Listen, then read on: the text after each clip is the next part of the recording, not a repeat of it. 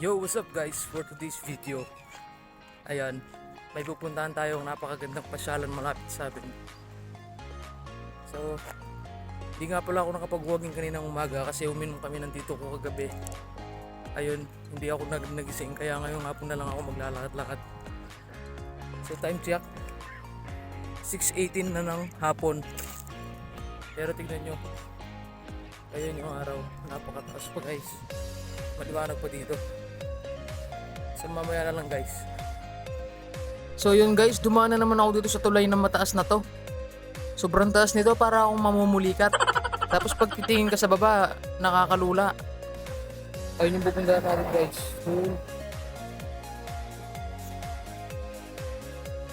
Yo, nakarating na pala ako guys. Ayan na, solid na, maganda.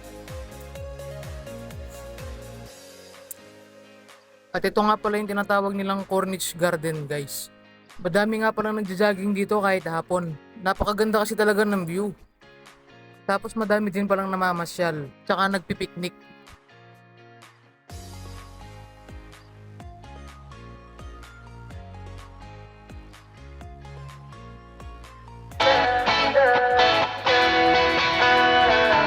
Alam mo ba, munti ka na sumuko ang puso ko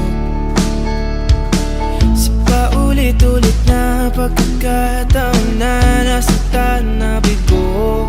Mukhang delikado na naman ako. Bakit ba kinikilig na naman ako? Pero ngayon ay parang kakaiba. Pag nakatingin sa iyong mata, ang mundo ay kalma. Ngayong andyan ka na, di magmamadali ko na. Tapos tingnan nyo yung CR nila dito guys.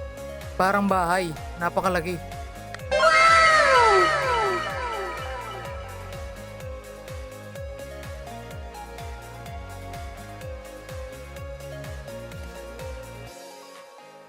Ang dami din palang matataas na building dito guys.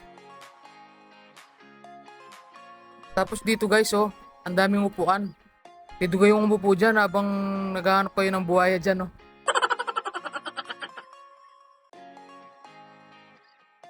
So dito nga pala guys, bawal nga pala magbike dito. Ayan, merong signage. Ko-confiscate nila yung bike mo pag nahuli ka.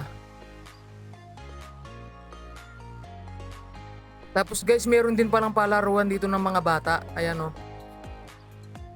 At yun guys, hindi ako nakarating sa dulo. Magagabi na kasi dito guys. Ayan. Kaya umuwi na ako. Medyo malayo-layo pa kasi nalakarin ko guys. Ayaw ko naman maglakad ng gabi. Kasi ang daming sasakyan, baka hindi nila ako mapansin. So yun. Bye. At dito nga guys, hindi ko na nga tinuloy. Hindi ako nakarating doon sa pinakadulo. Kasi maggagabi na guys, alas 7 pasado na dito. Pero maliwanag pa oh. Yun lang guys, thank you for watching. Sisilbing tanglaw.